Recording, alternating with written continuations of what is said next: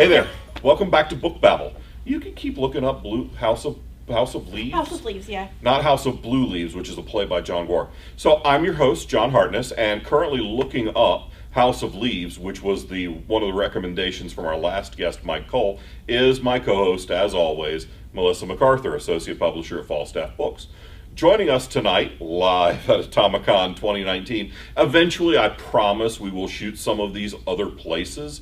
But for now, yeah, we're still in the same clothes, in the same room. Do you have a beer for me? Hey, you don't like the dark stuff, but I can get you something. Do you like peanut butter? No, I mean, not as a beer. Yeah, they've got that in the bar right now as a beer. I can't mess with it. I can't fuck with it. He likes at all. Coke. I can get you a Coke. Thanks. Yep. That's Jason Gilbert. He'll be here a little while later to talk about his books. I will, but I'm going to leave my shit here for a minute and I'll be back. In the You could meantime, bring me a drink too. I could. Mr. Pibb. In the meantime, he's going to play drink bitch for his publisher and his wife. You figure out which is which. You can also figure out which one I sleep with regularly. That's why it wins all the time. Joining us tonight from Atomicon 2019 is Darren Kennedy. Hi. Thanks for coming out, Darren. Thanks for hanging out with us. Thank you very much.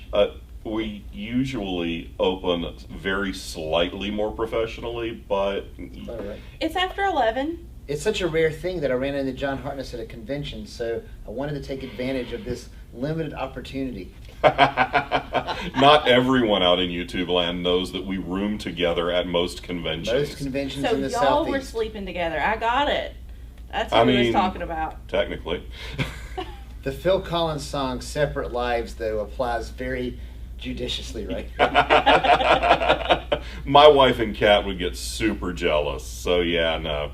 But Darren, what's going on with your writing, man? What are you working on? What do you got coming out? So it's a pretty exciting time. The second book in my Pawn Stratagem series, that's called Queen's Peril, comes out December 12th, and my lovely editor is right here, so I appreciate all the hard work she put in. And that will be the second book in my series about ordinary people becoming pieces in a magical chess game that decides the fate of the world. And by the time this airs, it'll probably have been out for a month or two. Probably so go check it out. Yeah, go buy that shit. So you've got the two books in the Pawn Stratagem series, and there'll be another one coming in, what are we thinking, late 2020, or 2021 probably? Probably in 2021, but I have to get it back worked. Yeah. And I owe my publisher that book, but he doesn't know this. Yeah, don't tell that guy anything. Don't tell that guy anything. That's okay. He'll forget by tomorrow. But she writes it all down for him anyway. Now it's on video, fuckers. So you also have another series with us at Falstaff, the Fugue and Fable trilogy. And you had some exciting audio news about that late this year. Mm-hmm. So Fugue and Fable is a story of a 13-year-old boy who's lost in his own mind. My main character is the psychic who's got to go in there and find him. Those books all have brand new covers, completely rebranded, available in hardback, paperback. Also, we have audiobooks, and I've got the third book through Audible, and that's been available for a few months. And if you want to hear a really awesome audiobook narrator, Elizabeth Evans out of New York does a wonderful job. And she's narrated that entire trilogy for you. I somehow managed to get the same incredible narrator for all three, and if you can do two different French women who are having a conversation and you can tell who is who without dialogue tags, that's a pretty good audiobook narrator in my humble opinion. Yeah, absolutely. So that's what you've been writing. What have you been reading, buddy? What have I been reading lately? I've actually been checking out some of your the Black Knight Chronicles. I took a few of those with me on vacation last week. Finally getting around to reading those. It's been a little sparse of late, trying to catch up on a lot of other things and catch up on the writing and the editing. Whenever I've had time to mess with words, it's been more like making them and editing them more than reading them. Well, now, and you and I have read lots of words in our life that come on 4-color pages. Yes. And tying into your shirt, How excited are you for Crisis? By the time this airs, it'll already be over. Right. But let's get some. I'm let's confused. get Crisis on Infinite Earth. Go ahead, explain it, DK. So, between the 1930s and the 1980s, the characters that we all think of as a lot of the most popular comic book characters, like Superman, Batman, Wonder Woman, The Flash, Green Lantern, those characters had been introduced in the 30s. Then in the 60s and 70s, a lot of them got reintroduced with new names, new costumes, and over the years they kept having to come up with, why is this character not 80 years old now? Why is this character not 90 years old now? So what they came up with over the years was, well, there's Earth 1, where all the superheroes came out in the 80s. There's Earth 2, where all the superheroes came out in the 30s. There's Earth 3, where they're all bad guys and the only good guy is Lex Luthor. They have a bunch of different Earths, and then starting somewhere in the 60s, they had the very first story where someone from this Earth and someone from this Earth, it was called The Flash of Two Worlds, and you have the two Flashes, the one from like the Golden Age and the one from the Silver Age, meeting each other through some kind of time warp, space warp kind of thing. And they mimicked the cover of that in an episode of The Flash. They sure did. So where Barry Allen is running and Jay Garrick is running, and there's a single wall in the middle with a woman kind of positioned down here, a damsel in distress, if you will. So basically over 50 or 60 years of continuity, you have all these different Earths. You can imagine to a new reader who's coming in and going like, so there's 14 different Batman and 16 different Superman, what the heck? So DC Comics decided in the 80s, we're going to try to streamline that. So they created a story where a bad guy's going along one by one and destroying universe after universe after universe. So they grab heroes from all the different ones, get them together, and they have this 12-issue miniseries where they fight this evil bad guy called the Anti-Monitor. And in the end, the resolution of the entire plot is all of the realities are pushed into one, and from that point on, DC has one Superman, one Batman, one Wonder Woman, etc., etc., etc. That was pretty And smart. it was a way of doing it. Now, they have undone that and redone it and undone it and redone it several times since. Yeah, the first time it was really smart. The Okay. fifth time it was pretty lame. So Okay. what's really interesting is that now that we have on the CW, we have Arrow, which is about Green Arrow and his cast. We have The Flash. We have Supergirl, who's actually on a different Earth from the first two shows. We have Black Lightning. We have the Legends. We have all these different characters.